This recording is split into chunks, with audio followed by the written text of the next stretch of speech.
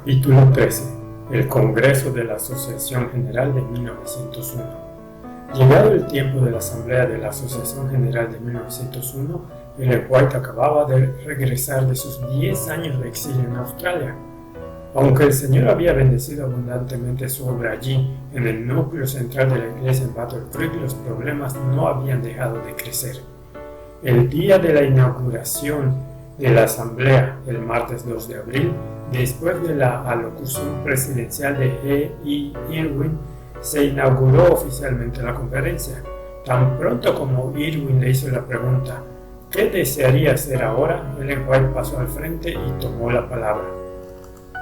Siento un interés especial en los movimientos y decisiones que se den en esta asamblea en relación con lo que debiera haberse hecho hace años, especialmente hace 10 años, cuando estuvimos reunidos en la asamblea y el Espíritu y el poder de Dios vinieron a nuestra reunión testificando de que Dios estaba presto para obrar en favor de su pueblo si éste se ponía en orden de marcha.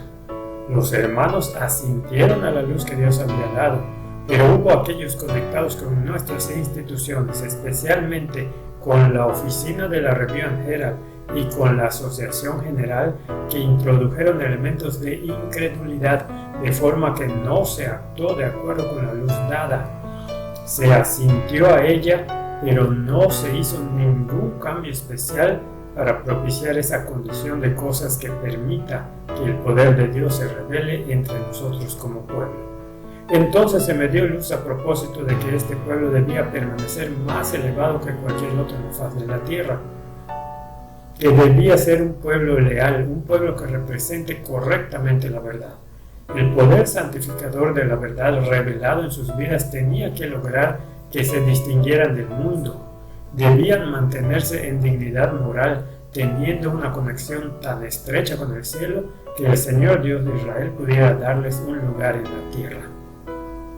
Se hizo ese mismo reconocimiento año tras año, pero no se han entretejido en la obra los principios que elevan a un pueblo. Dios les dio luz clara relativa a lo que debían hacer y a lo que no debían hacer, pero se apartaron de la luz, y me sorprende la prosperidad de la que disfrutamos hoy. Es por la gran misericordia de nuestro Dios, no por nuestra justicia. Es para que su nombre no sufra la deshonra en el mundo. El mensaje de la justicia por la fe que había venido al liderazgo de la Iglesia en la Asamblea de la Asociación General de 1888 y que después había venido proclamando con convicción por años en todo lugar, de ser plenamente aceptado, traería un cambio positivo en cada área de la experiencia individual y de la obra organizada de la Iglesia. Una experiencia cristiana más profunda no solo propiciaría la maduración de la comprensión teológica en la experiencia, sino que llevaría a cambios positivos en la organización, las finanzas, las publicaciones, la educación, el evangelismo, la reforma pro salud, la obra médico-misionera, la obra pastoral y la obra de beneficencia en general. Pero mediante la introducción de elementos de incredulidad, la luz del cielo había obtenido una respuesta simplemente de asentimiento, de forma que los principios que cambian vidas no fueron entretejidos en la obra. La prosperidad y el crecimiento en membresía, así como la expansión de las instituciones, no eran indicadores válidos de que se hubiera incorporado el mensaje o el consejo dados, sino un reflejo de la gran misericordia de Dios. Ellen White continuó sus comentarios en el Congreso, refiriéndose a algunos de los problemas que aún existían en las diferentes instituciones de Battle Creek. Que los hombres ocupen un lugar sagrado y sean como la voz de Dios para el pueblo, tal como antaño concebimos que era la Asociación General, es algo que pertenece al pasado. Reorganización es lo que queremos ahora. Queremos empezar desde los fundamentos y edificar según un principio diferente. Pero Ellen White estaba llamando a más que simplemente una reorganización estructural. Había nuevos principios que debían guiar a quienes lideraban la iglesia. No obstante, los cambios no iban a tener lugar, confiando responsabilidades a hombres sobre quienes se había arrojado luz año tras año durante 10 o 15 años, pero que no habían prestado atención a la luz que Dios les había dado. Nota 10. Nota 2. 10 o 15 años retrotraían al Congreso de la Asociación General de 1886, un tiempo en el que Ellen White había recibido mucho consejo relativo a cambios necesarios en la organización, pero fue también un tiempo en el que Jones y Waggoner presentaron por primera vez sus conceptos sobre la justicia por la fe y el libro de Gálatas. Durante el resto de la asamblea, Ellen White insistiría en la necesidad de ambas cosas, cambios en la estructura y cambios en la experiencia. Tanto A.T. Jones como E.J. Waggoner describirían condiciones similares resultantes de un mero asentimiento a la luz y la verdad, que no se habían interiorizado al corazón hasta el punto de producir un cambio en la vida. En el Congreso de la Asociación General de 1893, A.T. Jones había resumido la respuesta que hasta entonces había recibido el mensaje de la justicia por la fe. Al presentarlo hace 4 años, en 1888, y a partir de entonces, algunos lo aceptaron tal como fue dado y se alegraron por las nuevas de que Dios tenía justicia que sería acepta en el juicio. Otros no quisieron tener nada que ver en absoluto, lo rechazaron totalmente. Otros parecieron tomar una postura intermedia, y así entre la entrega y aceptación abierta, franca y sin titubeos, y el rechazo abierto y declarado, se ha ido posicionando desde entonces una franja dispersa de personas acomodaticias, y los que adoptaron esa postura de compromiso no están esta noche mejor preparados que hace 4 años para discernir cuál es el mensaje de la justicia de Cristo. Años más tarde, Jones volvería a describir la respuesta de quienes solo asintieron al mensaje. Pero como sabe bien, la señora White se posicionó abierta y categóricamente a favor de la justicia por la fe, y una vez que terminó la asamblea en 1888, la predicación de la justicia por la fe continuó con ella, con el hermano Waggoner y conmigo. Eso continuó durante el invierno y la primavera. Después, al llegar a la estación de los encuentros campestres, colaboramos con el mensaje de la justicia por la fe y de libertad religiosa, coincidiendo a veces los tres en el mismo encuentro. El resultado de sus labores combinadas fue más que notable, pero eso no pareció traer un cambio duradero. Jones explica: eso apaciguó los ánimos entre el pueblo y aparentemente entre los dirigentes, pero esto último fue solo aparente, jamás fue real, ya que todo el tiempo en el comité de la Asociación General y entre otros hubo un constante antagonismo secreto. También Waggoner se haría eco de los comentarios que hizo Ellen White en la asamblea de 1901. Escribiendo a A.G. Daniels en 1903, Waggoner recordó la condición en América durante los años en que Daniels estuvo en Australia. Mientras tanto, las cosas no estaban yendo mejor en América. Como bien sabe, fue debido al hecho de que si bien tras mucha oposición la denominación había aceptado oficialmente la luz avanzada del mensaje, no la habían llevado a la práctica. La tomaron como una de las cosas que creemos como pueblo, pero no como algo mediante lo cual se dirige a una empresa, se enseña la ciencia, etc. En la luz que el Señor había enviado, no vieron un principio que habría de resolver todo problema, reorganizar o mejor, organizar y dar vida a toda la obra. Lo peor de todo, no aceptaron la luz en progresión del mensaje. Habiendo dado un paso, les molestó tener que continuar avanzando. Pensaron que se exponían a algo exagerado si cambiaban de una rodera a otra. Nadie tuvo mejor comienzo que el hermano Olsen hace 14 años, a contar desde la pasada primavera, 1889, pero no resistió la presión de la vieja guardia. Después, el hermano Irwin comenzó en circunstancias extraordinariamente favorables, pero su administración demostró muy pronto ser un fracaso.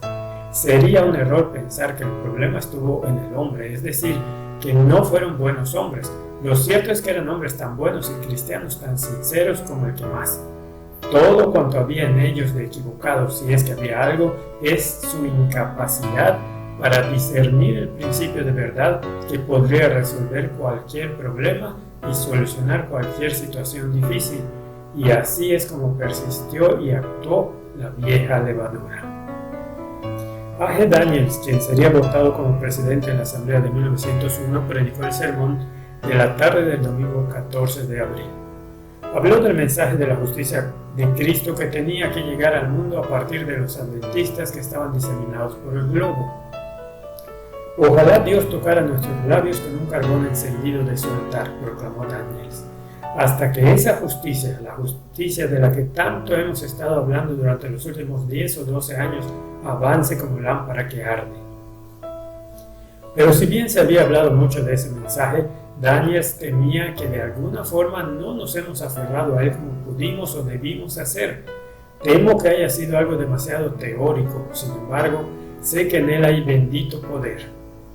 Daniels continuaría expresando pensamientos similares en los años que seguirían. No se había captado el poder ilimitado del mensaje del fuerte pregón y la lluvia tardía, a pesar de que se había enfatizado el mensaje por más de una década. La siguiente tarde, el 15 de abril, W. Prescott compartiría sus siempre crecientes convicciones de los tiempos trascendentales en que vivían. Se refirió a ejemplos en la historia de los que cabía aprender lecciones.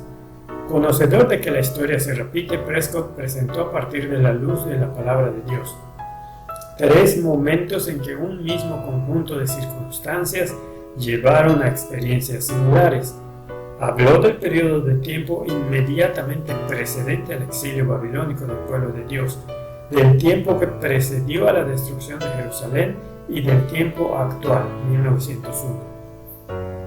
Cada uno de esos 3 periodos de tiempo a los que se refirió estuvo precedido por el mensaje de la justicia por la fe, por el anuncio de los nefastos resultados de rechazarlo y por los llamamientos al reconocimiento, confesión y arrepentimiento a fin de evitar los consiguientes castigos divinos. Y nosotros nos encontramos de nuevo en esas mismas circunstancias, afirmó Prescott. La iglesia se enfrentaba a una amenaza de destrucción. ¿Por qué? Exactamente por la misma razón que en los tiempos antiguos, porque habían rechazado la verdad, habían rehusado el mensaje de Dios, habían dado la espalda al servicio sincero y habían aceptado la forma y la ceremonia en lugar de esa implantación de la vida de Dios en el corazón y en el alma. Prescott refirió entonces a su audiencia a la década de 1880, caracterizada por el énfasis en la ley, y les recordó que hace 3 años en Minneapolis, Dios envió un mensaje a este pueblo para librarlo de esa experiencia. Pero al llegar al punto álgido del sermón, Prescott resumió la historia de cómo se había venido tratando siempre ese mensaje a partir de 1888 y en consecuencia qué acciones se debían tomar en 1901. ¿Cuál ha sido la historia y la obra de este pueblo desde aquel tiempo? ¿Dónde estamos ahora respecto a ese mensaje? ¿Cuánto hemos avanzado en recibir esa verdad? No simplemente en asentir a ella, sino en recibirla realmente. Os digo que no mucho. Durante los 13 años precedentes muchos han rechazado esta luz y se han vuelto contra ella. Y muchos están haciendo eso mismo hoy. Digo a cada uno, sed cuidadosos, no vaya a venir sobre vosotros lo que los profetas predijeron. Mirad, menospreciadores, asombraos y desapareced. ¿Cuál es el remedio? El mismo que en lo antiguo y no hay otro, el arrepentimiento hacia Dios y la fe en nuestro Señor Jesucristo. Cuando Juan el Bautista vino para preparar el camino del Señor bajo esas circunstancias que he mencionado, ¿cuál fue el mensaje? Arrepentíos porque el reino de los cielos se ha acercado. Cuando vino el propio Cristo y comenzó su obra, ¿qué dijo? El tiempo se ha cumplido y el reino de Dios se ha acercado. Arrepentíos y creed en el Evangelio.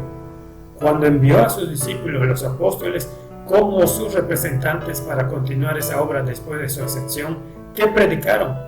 Arrepentíos y convertíos. ¿Qué dicen los mensajes a las iglesias? Arrepentíos, arrepentíos, arrepentíos. ¿Cuál es el mensaje a la iglesia de la Odisea?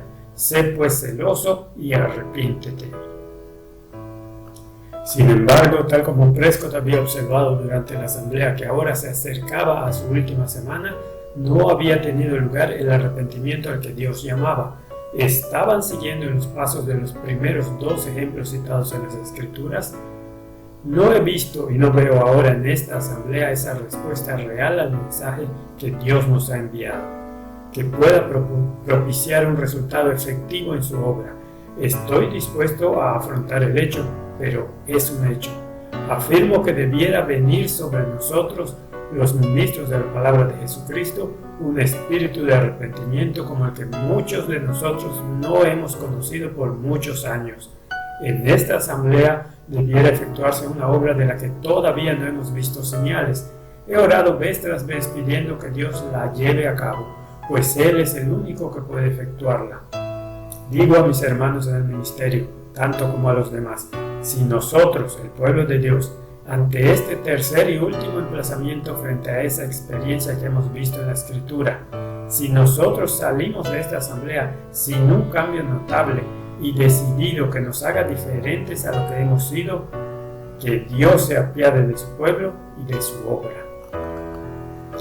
Quizá penséis que me estoy expresando con demasiada franqueza, pero os digo, mis hermanos, que mi alma siente un peso al respecto y debo dar el mensaje. Creo que Dios, mediante los mensajes de su palabra, de sus siervos, Ellen White, ha hablado aquí palabras que debieran hacernos estremecer. Si la palabra que ha sido aquí dada no nos hace estremecer y no nos lleva al arrepentimiento y la humildad ante Dios, ¿qué otra cosa podrá hacerlo? Pero no ha sucedido y aquí estamos al final del segundo tercio de esta asamblea. ¿Habrá de continuar así hasta el final? ¿Habremos de regresar sin poder, sin nueva luz? ¿Habremos de vernos una y otra vez en esas mismas experiencias?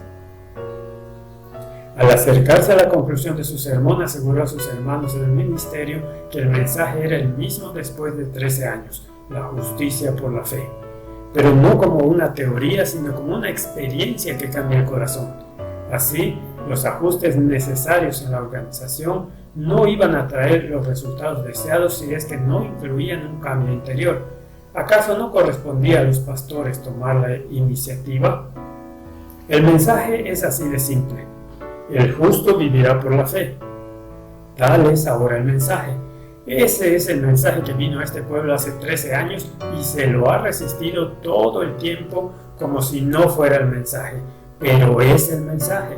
Y temo que los que han estado cerrándole los ojos todos estos largos años no vayan a verlo ya nunca claramente. Temo que haya quienes hayan perdido el poder del discernimiento, de forma que ahora sean incapaces de conocerlo, de discernir la verdad. Ahora, es posible que sean estos quienes guíen y enseñen en esta obra y a este pueblo de forma que se sobreponga a su actual condición de confusión, oscuridad y desánimo. Os digo que no. Dios ha de obrar, ha de poner su poder en alguien dispuesto a recibirlo, alguien que dé un paso al frente y presente el mensaje con claridad y poder, liderando el camino de la liberación de la confusión y las tinieblas. Eso no se va a lograr mediante un sistema externo de organización. Nuestras mentes han estado muy ocupadas durante la última semana formulando planes organizativos y mi propio sentido espiritual me ha dicho que hemos estado perdiendo terreno en la obra de organizarnos. No penséis que ha de venir mediante un cambio en los planes, mediante un cambio en la administración, mediante una nueva forma de hacer las cosas. El cambio que se necesita es un cambio completo del corazón. Cuando se dé un cambio completo en el corazón del ministerio de Dios, el poder que está ahí encerrado barrerá todas esas cosas extrañas. No radica en la forma externa y en un plan de operaciones. Eso está bien y es necesario cambiarlo, pero si nuestras mentes se fijan en ello, la obra no se va a cumplir. Si Dios no nos ayuda, ¿quién va a hacerlo? Y si Él no nos da su espíritu del verdadero arrepentimiento y de volvernos hacia Él, ¿quién puede lograrlo? Mis hermanos en el ministerio, ¿no debiéramos marcar al pueblo el camino? Pregunto a todos los que están aquí, a cada ministro del Evangelio de Jesucristo llamado a un puesto elevado o a un puesto humilde. ¿No vamos a mostrar el camino por el que debiera ir el pueblo? ¿No es ahora el momento de atesorar nosotros mismos el mensaje de Dios, de saber que nos está hablando a nosotros y que está esperando nuestra respuesta?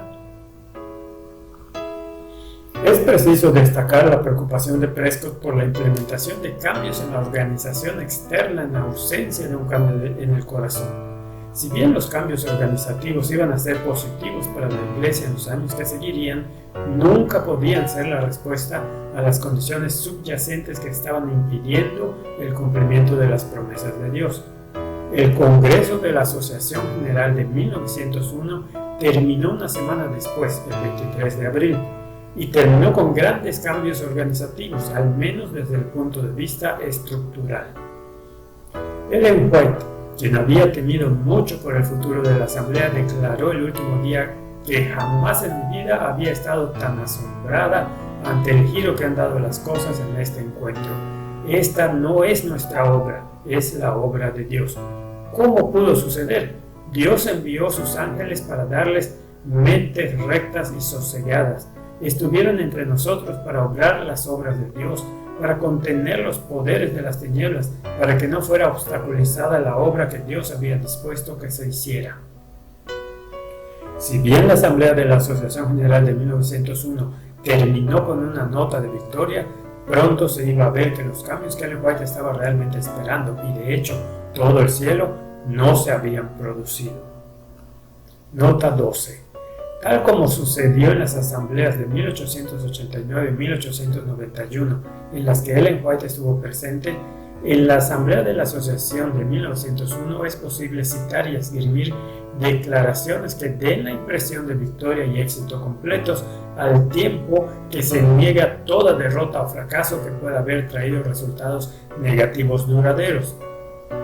Encontramos un ejemplo en el prefacio del libro de A.B. Olson, Through Crisis to Victory, 1888 a 1901, que afirma: los 13 años que separan Minneapolis 1888 de la sesión de la Asociación General de 1901 fueron en varios aspectos los años de mayor progreso del movimiento adventista hasta aquel tiempo. Si bien admite que aquellos años estuvieron plagados de conflicto y colisiones sobre ideas organizativas y puntos de vista teológicos, el análisis final es que fue un periodo en el que la providencia pudo pronunciar la palabra victoria. Desde 1901 muchos otros autores han compartido sentimientos parecidos.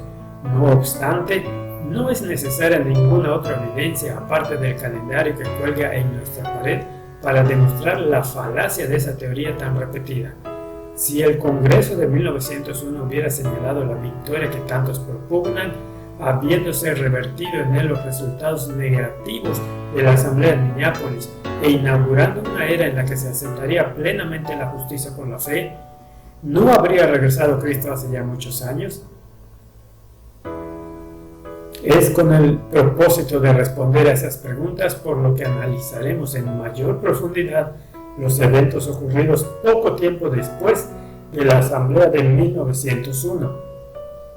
Así podremos valorar el pronunciamiento final de Ellen White relativo a su éxito o a su fracaso. 1901 visto retrospectivamente.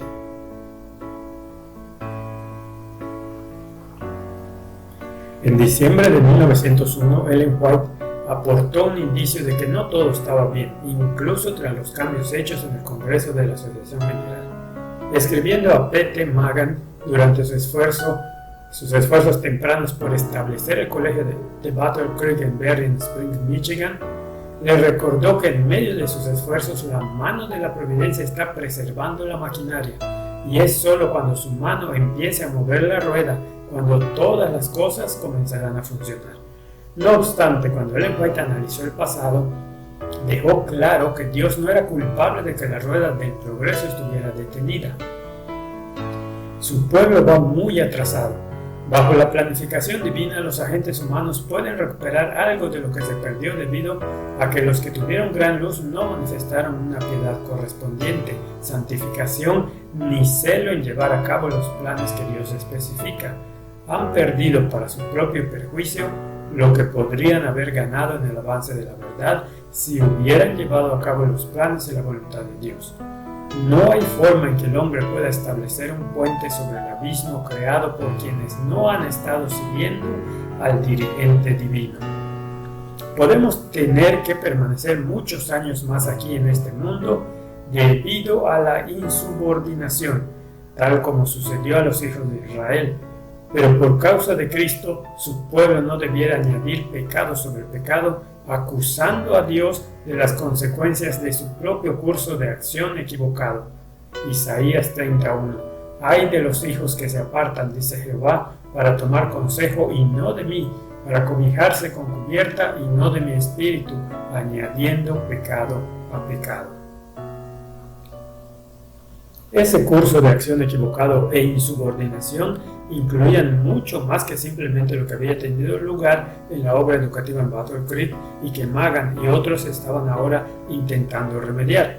Incluía especialmente el curso de acción que se tomó en Minneapolis y a partir de entonces, que había afectado por años a tantas otras áreas de la obra de Dios en la iglesia. No obstante, todos esos problemas podrían haberse resuelto si se hubiera dado el arrepentimiento de la Odisea y se hubieran aceptado los auténticos remedios de Dios.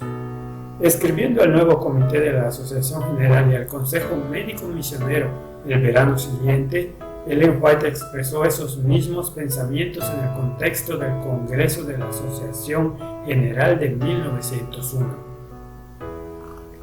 Se podía haber efectuado una obra maravillosa en favor de la vasta compañía reunida en Battle Creek en el Congreso de la Asociación General de 1901 si los líderes de nuestra obra se hubieran comprometido ellos mismos, si se hubiera efectuado una obra concienzuda en la asamblea, si hubiera habido, tal como Dios dispuso que hubiera, un quebrantamiento del terreno endurecido del corazón por parte de los hombres que habían estado llevando las responsabilidades, si en humildad de alma hubieran liderado la obra de confesión y arrepentimiento, dando evidencia de que recibieron los consejos y advertencias que el Señor envió para corregir sus equivocaciones, se habría producido uno de los mayores reavivamientos desde los días de Pentecostés. Pero la obra que todo el cielo estaba esperando hacer tan pronto como los hombres despejaran el camino, quedó sin realizar debido a que los dirigentes en la obra cerraron y atrancaron la puerta para impedir la entrada del Espíritu. Hubo una detención que queda lejos de la total entrega a Dios. Corazones que hubieran podido ser purificados del error resultaron fortalecidos en la práctica del mal. Se cerraron las puertas a la corriente celestial que habría expulsado toda la iniquidad. Los hombres dejaron inconfesos sus pecados, se afirmaron en su mala práctica y dijeron al Espíritu de Dios: vete por ahora, ya te llamaré cuando me resulte conveniente. El Señor llama ahora a que se efectúe el cuidadoso examen de uno mismo que no se hizo en el último Congreso de la Asociación General, en el que Él estaba esperando manifestar su misericordia. El presente es nuestro tiempo de siembra para la eternidad. A menos que nos arrepintamos de esa siembra y pidamos perdón por las equivocaciones que hemos cometido, habremos de cosechar los frutos de la mala simiente que sembramos. Aquellos que, habiéndoseles dado oportunidad para arrepentirse y reformarse, pasan sin humillar el corazón ante Dios, sin desechar aquello que Él reprueba, resultarán endurecidos contra el consejo del Señor Jesús. Ellen White declaró que si en 1901 se hubiera efectuado la obra requerida, se habría producido un arrepentimiento genuino por los errores cometidos en la década anterior y el Espíritu Santo se habría derramado en dimensiones pentecostales. Pero por desgracia no se había efectuado esa obra. En febrero de 1902, Urias Smith, a quien se había vuelto a confiar la jefatura de redacción de la Review, dejó bien patente que las viejas controversias no eran asunto del pasado y que la incredulidad se seguía proyectando en contra del mensaje de Minneapolis. Smith incluyó en la Review un artículo en 3 partes de W.M. Bricky, quien cuestionó de nuevo las posiciones de Jones y Waggoner sobre la ley en Gálatas y los pactos, que eran componentes clave del mensaje de 1888 que Ellen White había apoyado. Nota 16. El apoyo de Ellen White a John C. Waggoner en sus presentaciones de la ley en Gálatas y los pactos se pueden encontrar en Ellen White a Urias Smith, carta 59, 1890, marzo, y en Ellen G. White a Urias Smith, carta 96 del 6 de junio de 1896. Para más detalles sobre el tema, ver Ron Duffield, El retorno de la lluvia tardía, volumen 1, capítulo 12 al 16. Este particular episodio de 1902 con los artículos sobre Gálatas volvería a costarle a Urias Smith su cese como jefe de la redacción.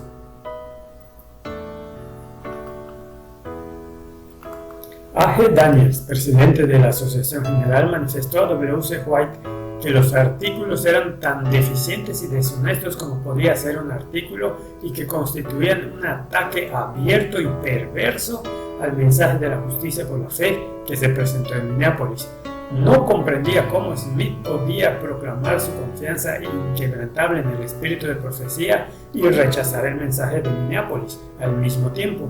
Pero Smith no era la única causa de preocupación para Daniels, sino toda la prole de los del antiguo pacto que están continuamente suscitando dudas e incredulidad respecto a la luz que vino en el encuentro de Minneapolis. Nota 17. Eugene Durant escribe en su biografía de Urias Smith: es obvio que las posiciones de Urias Smith sobre la justicia por la fe y la ley en Gálatas no cambiaron en lo más mínimo a lo largo de toda su vida.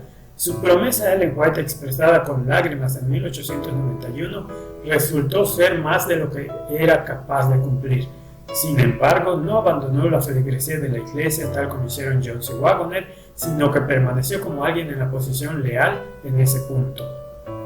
Aunque la obra de Durant provee un recurso valioso en su descripción de la enorme contribución que el pionero Urias Smith hizo a la Iglesia Adventista, su parcialidad a favor de Smith y en ocasiones su trato despectivo hacia John C. Waggoner le llevó a conclusiones más bien extravagantes.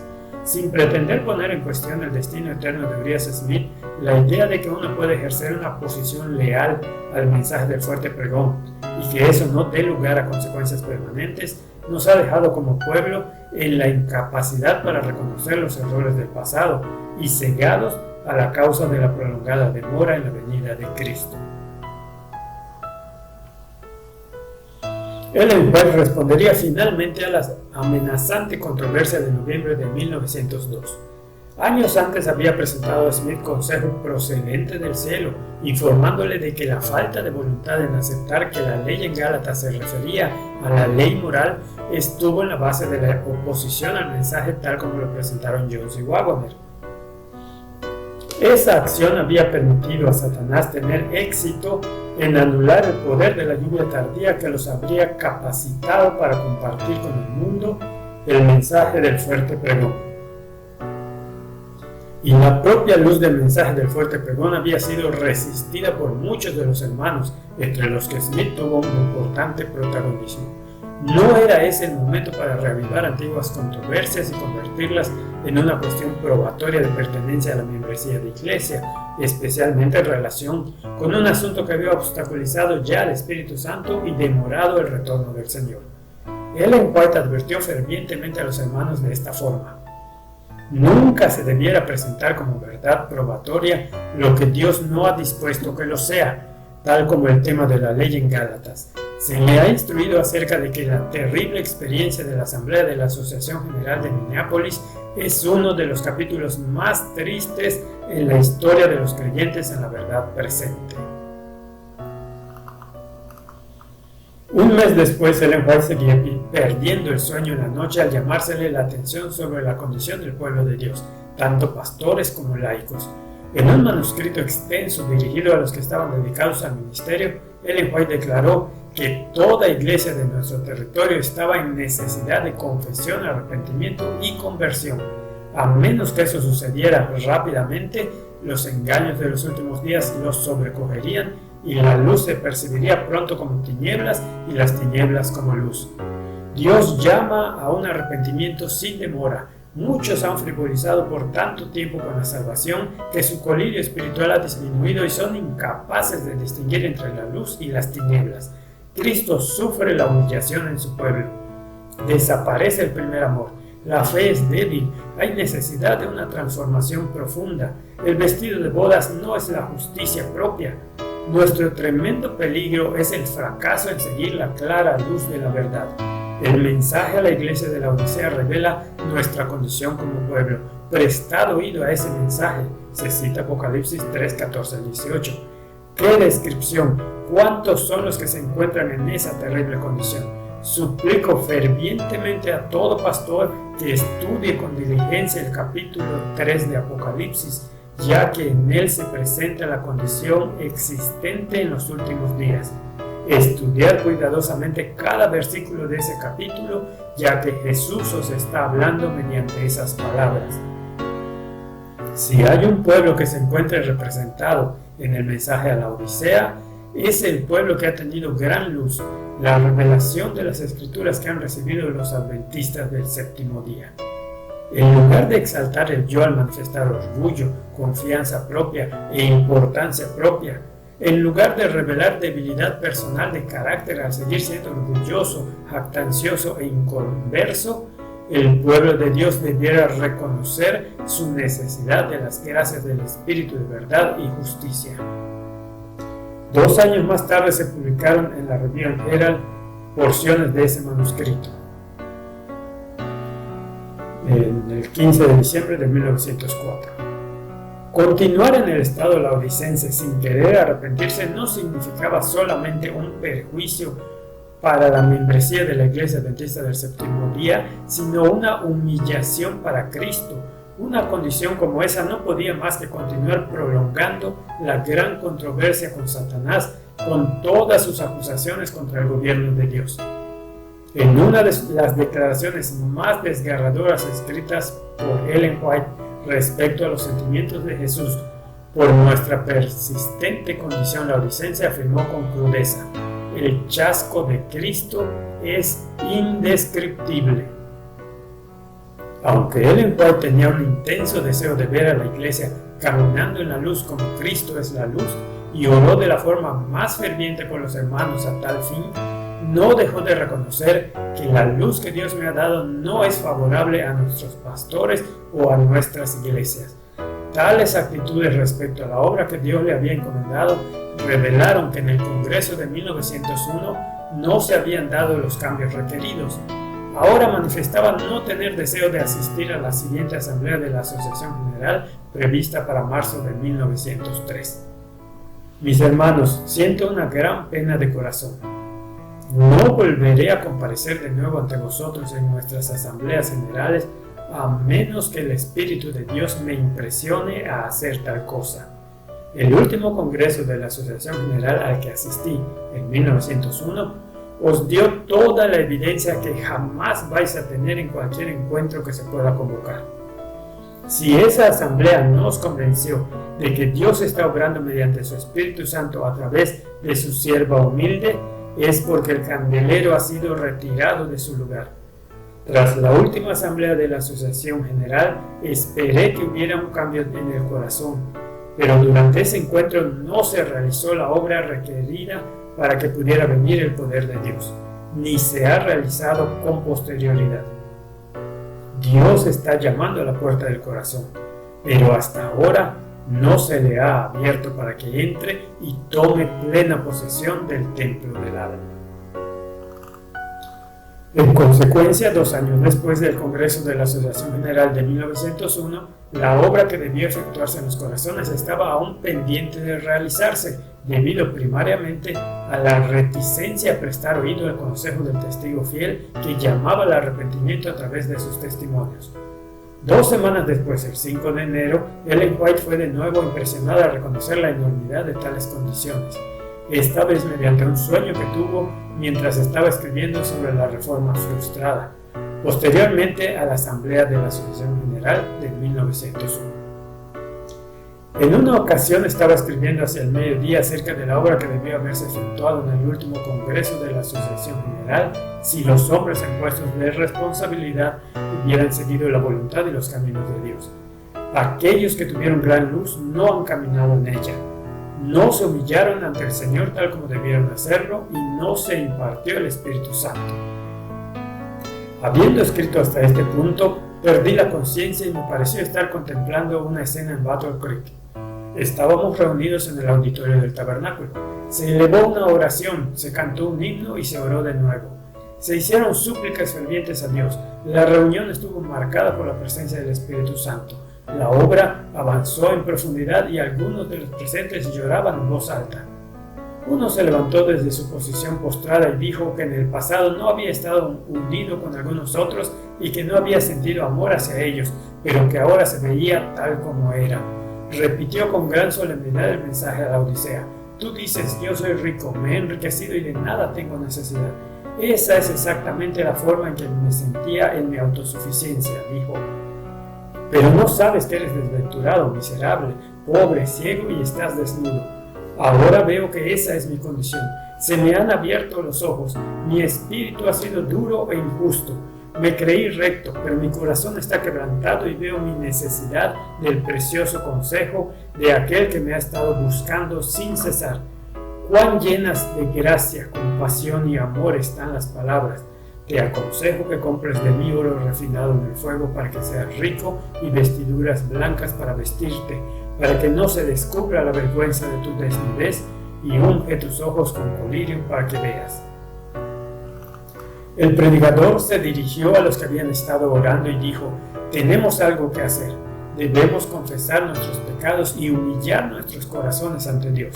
Hizo confesiones de todo corazón y se dirigió hacia varios de los hermanos, uno después de otro, y extendió su mano pidiendo perdón. Aquellos con quienes habló se pusieron en pie confesando y pidiendo perdón y se abrazaron llorando. El espíritu de confesión se extendió por toda la congregación. Fue un tiempo pentecostal, se cantaron alabanzas a Dios y la obra siguió hasta la tarde en la noche, cerca del amanecer. Es indudable que Ellen White tuvo una alegría inenarrable al contemplar aquella escena a medida que avanzaban las confesiones. Nadie parecía ser tan orgulloso que no pudiera hacer una confesión sincera, y los que lideraban en esta obra eran los que tenían influencia, pero que anteriormente no habían tenido valentía para confesar sus pecados. Hubo alegría como la que jamás se había conocido en el tabernáculo. Cuando Ellen White salió de su inconsciencia por un breve tiempo, no podía saber dónde se encontraba. La pluma todavía estaba en su mano. Entonces se pronunciaron las palabras. Esto es lo que pudo haber sido.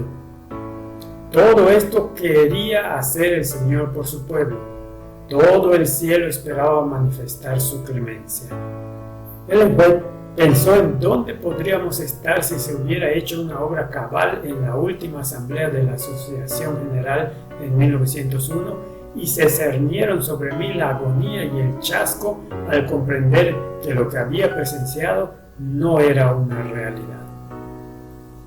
Nota 23. Es evidente que Ellen White no consideró 1901 como una gran victoria. Uno está en su derecho a preguntarse cómo pudo A.B. Olson escribir un libro y titularlo Mediante la crisis a la victoria de 1888 a 1901. A decir verdad, el libro se publicó en 1966, pero A.B. Olson había muerto 3 años antes, en 1963, momento en el que el libro pasó a depender de Ellen White State Board, del que A.L. White era secretario. Es posible que no fuera Olson quien le puso el título al libro. 2 semanas después, Ellen White escribió al juez G.C. Arthur, un hombre que estaba poco familiarizado con el don de profecía que ella ejercía. En su esfuerzo por evitar que fuese seducido por los que cuestionaban aquel don, Ellen White le presentó la evidencia acerca de cómo Dios la había estado sosteniendo en su obra. Su poder estuvo conmigo todo el tiempo en el último congreso de la Asociación General. Si los hombres en puestos de responsabilidad hubieran sentido la 1/4 parte de la carga que pesaba sobre mí, habría habido confesión sincera y arrepentimiento. El Espíritu Santo habría efectuado una obra como la que nunca se vio en Battle Creek. Están sin excusa los que en aquella ocasión oyeron mi mensaje y rehusaron humillar sus corazones ante Dios. Nunca recibirán mayor evidencia. El resultado del último congreso de la Asociación General ha sido la mayor y más terrible pena de mi vida. No se hizo cambio alguno. El espíritu que debió haber venido a toda la obra como resultado de aquel encuentro no vino debido a que los hombres no recibieron los testimonios del Espíritu de Dios. Al salir hacia sus respectivos campos de labor, no caminaron en la luz que el Señor había hecho brillar en su camino, sino que llevaron a su obra los principios erróneos que habían estado prevaleciendo en la obra en Battle Creek. El Señor ha tomado nota de cada movimiento efectuado por los dirigentes de nuestras instituciones y asociaciones. Es peligroso rechazar la luz que Dios envía. A Corazín y Betsaida se les habían ofrecido gratuitamente las más ricas bendiciones celestiales, pero rehusaron el don celestial. Así, hoy se pronuncia un ay celestial sobre aquellos que han tenido luz y evidencia, pero que han rehusado escuchar las advertencias y ruegos del Señor. Ellen G. White al juez G.C. Arthur, carta 14 de enero de 1903. Evidentemente, Ellen White no estaba refiriéndose a cambios estructurales en la organización que sí tuvieron lugar en 1901. Estaba hablando del espíritu que debió haber venido a toda la obra.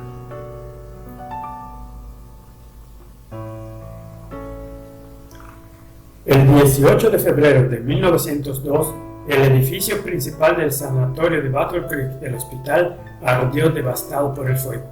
10 meses después, el 30 de diciembre de 1902, Reverend Herald corrió la misma suerte. En contra de sus sentimientos precedentes, Ellen White fue movida a asistir al Congreso de la Asociación General, que tendría lugar unos pocos meses después en Oakland, California. Estando allí una noche se le llamó la atención a la historia de Josías, que le fue presentado a modo de lección a la cual debía llamar la atención de la asamblea. En consecuencia, el 1 de abril de 1903 compartió tales pensamientos ante la asamblea de la Asociación General. El rey Josías fue fiel al Dios de Israel. No repitió el pecado de su padre caminando en la senda de la injusticia, afirmó Ellen White. Eligió no caminar en los errores de sus antepasados, sino por el contrario, restaurar la adoración a Dios.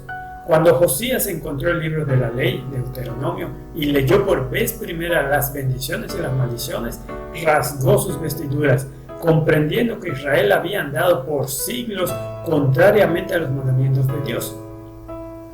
Se dio cuenta de que los pecados acumulados de la nación estaban a punto de traer los rápidos juicios de Dios.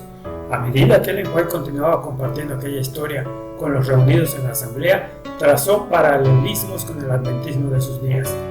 Cuando en el pasado Josías vio la idolatría y la impiedad existente entre ellos, se preocupó mucho. Al leer en el libro de la ley el castigo que inexorablemente seguiría aquellas prácticas, embargó su corazón una gran congoja. Nunca antes había comprendido tan claramente el aborrecimiento de Dios hacia el pecado. El rey no dejó pasar el asunto como si tuviera una importancia menor. Dio la orden a los sacerdotes y al resto de hombres en el oficio sagrado.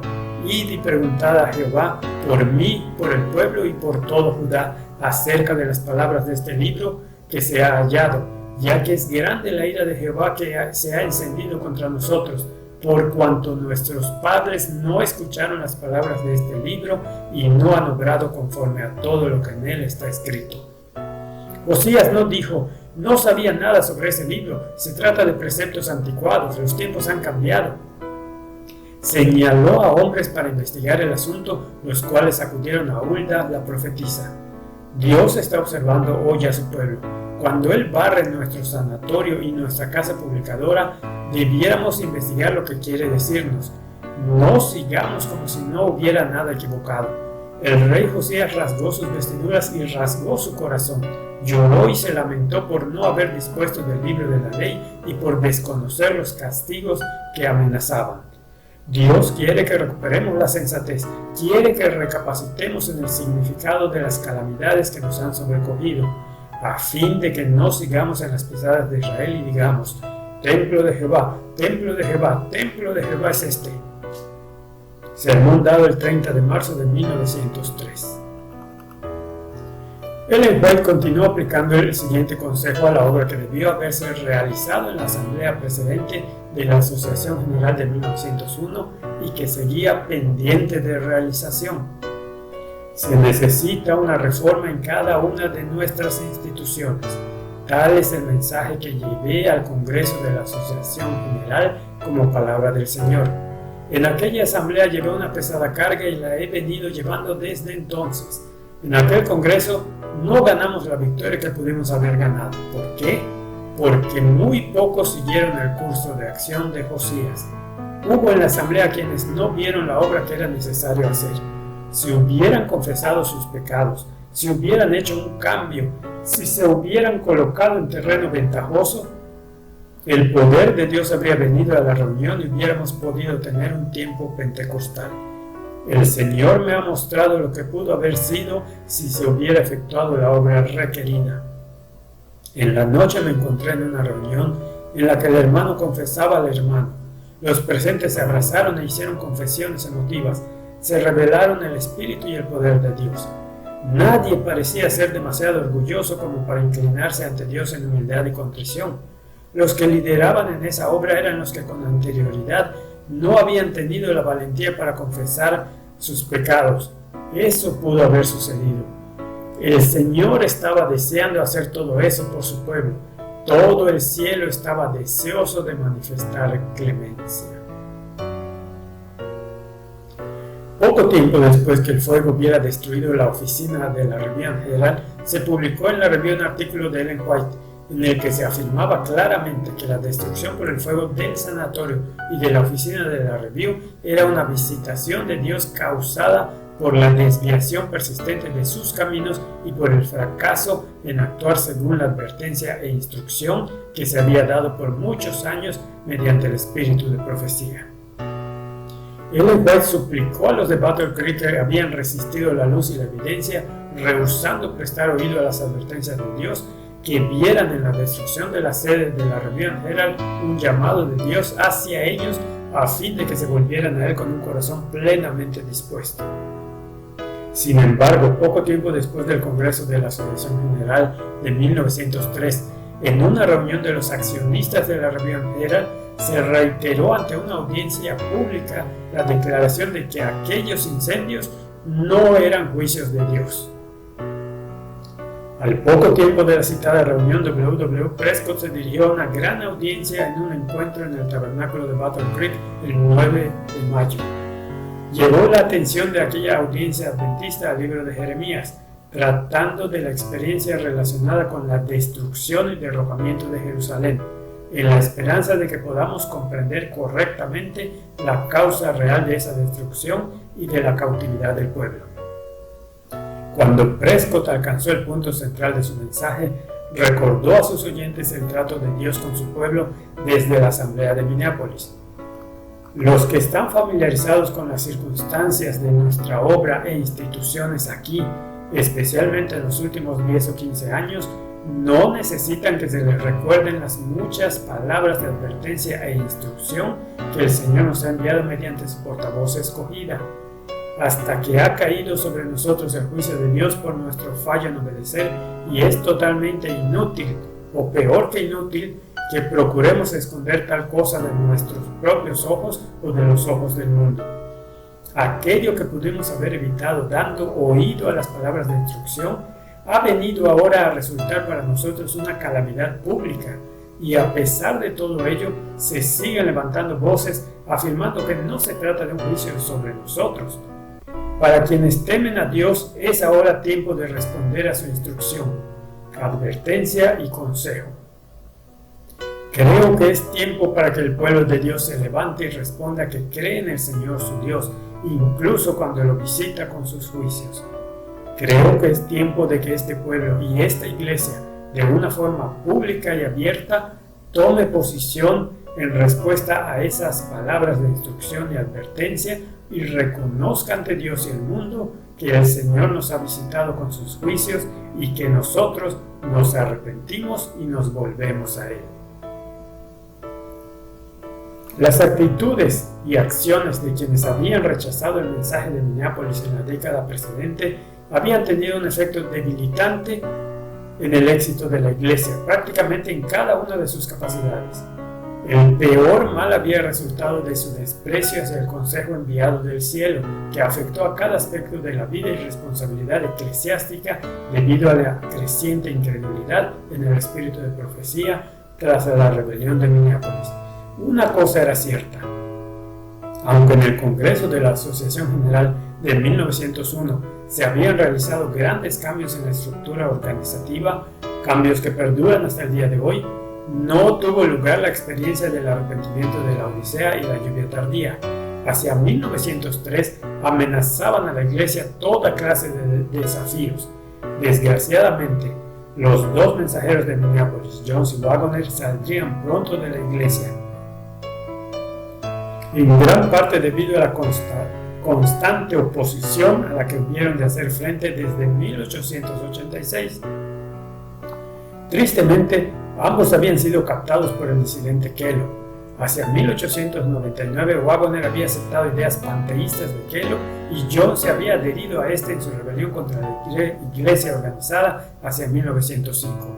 Ambos dejaron de escuchar el consejo del espíritu de profecía mediante Ellen White. Nota 31. Algunos echarán en falta que no proporcionemos más información acerca de la caída de Jones y Wagoner. Planeamos hacerlo en gran detalle en la serie El retorno de la lluvia tardía.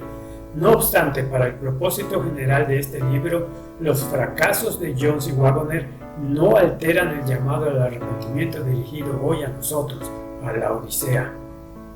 Hasta el propio Prescott, quien había trabajado tan poderosamente en la década de 1890, comenzó a cuestionar la validez del don de Ellen White poco antes de su muerte.